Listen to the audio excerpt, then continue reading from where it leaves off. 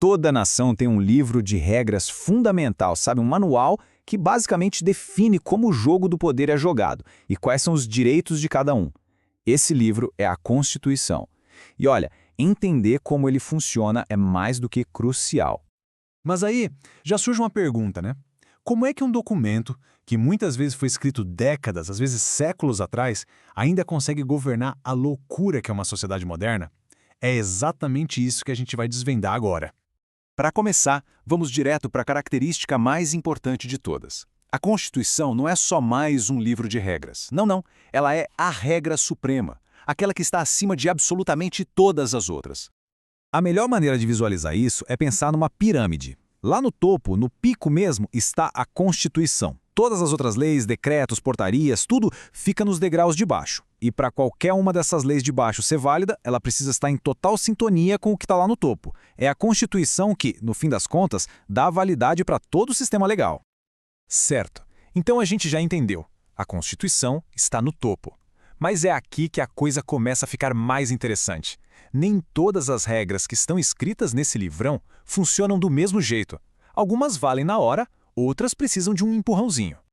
O pensamento sobre isso evoluiu, sabe? Antigamente, a divisão era bem simples. Ou a regra era auto-aplicável, ou ela precisava de outra lei para funcionar. Ponto. Mas logo se percebeu que isso era simples demais. A doutrina moderna, que é a que vale hoje, criou uma classificação bem mais precisa, dividida em 3 categorias. E a palavra-chave para a gente entender essa classificação, o nosso decodificador, digamos assim, é eficácia. O que é eficácia? Em termos bem simples, é a capacidade que uma norma tem de produzir os efeitos que se espera dela no mundo real. Então, são 3 os tipos de eficácia. Vamos dar uma olhada em cada um deles. O primeiro tipo é a norma de eficácia plena. A analogia aqui é perfeita. É uma regra pronta para jogar. Ela é direta, ela é completa, ela é auto-aplicável. A partir do momento em que a Constituição entrou em vigor, essa regra já está valendo com força total, sem precisar de nenhuma lei a mais para funcionar. Bom, em seguida vem a eficácia contida. Pensa nela como uma regra com um asterisco, sabe? Aquelas letrinhas miúdas no contrato. Ela também começa a valer imediatamente, mas tem um mas. A própria Constituição permite que no futuro uma lei venha e restrinja um pouco o seu alcance. O exemplo clássico é a liberdade de profissão. O direito existe, mas uma lei pode, por exemplo, exigir qualificações, como o exame da OAB para advogados. A lei não tira o direito, mas contém, limita o seu exercício. E por fim, a eficácia limitada. A analogia aqui é ótima, requer montagem. Essas normas são como uma promessa, uma diretriz que a Constituição aponta. Elas indicam um objetivo, mas, sozinhas, não têm força para agir. Elas precisam que o legislador crie uma lei específica para montar aquele direito e fazer ele funcionar na prática. Muitos direitos da Previdência Social são assim. Então, para resumir e ficar bem claro, vamos olhar essa tabela. A de eficácia plena funciona na hora, não pode ser limitada e não precisa de outra lei. A contida também funciona na hora, mas pode ser limitada por outra lei. E a limitada, essa não funciona de imediato porque ela precisa de outra lei para ganhar vida. Fica bem fácil de ver a diferença, né?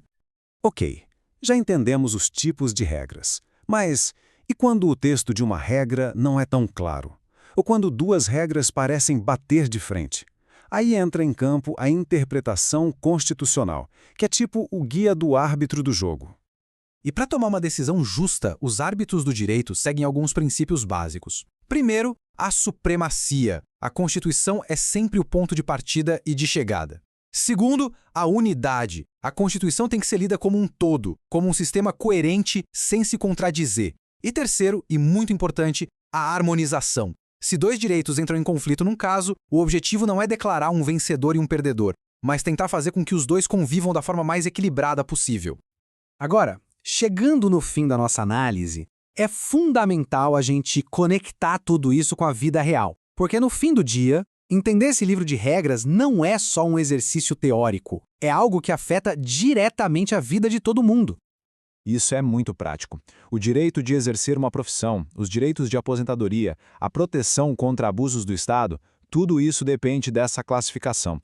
Saber se uma regra está pronta para jogar ou se requer montagem define o tamanho real dos direitos de um cidadão e, ao mesmo tempo, os limites do poder do governo. No final, o ponto central é este. Classificar e interpretar a Constituição não é só um papo de jurista, é um mecanismo central pelo qual uma sociedade democrática dá vida aos seus direitos e, ao mesmo tempo, coloca freios no poder. E para fechar, fica aqui uma reflexão. Se a interpretação pode dar novos significados a palavras antigas, e se o próprio livro de regras é um sistema vivo que evolui, quem deveria ter a palavra final sobre o que ele significa? Essa é, talvez, uma das questões mais profundas e que nunca se esgotam em uma democracia constitucional.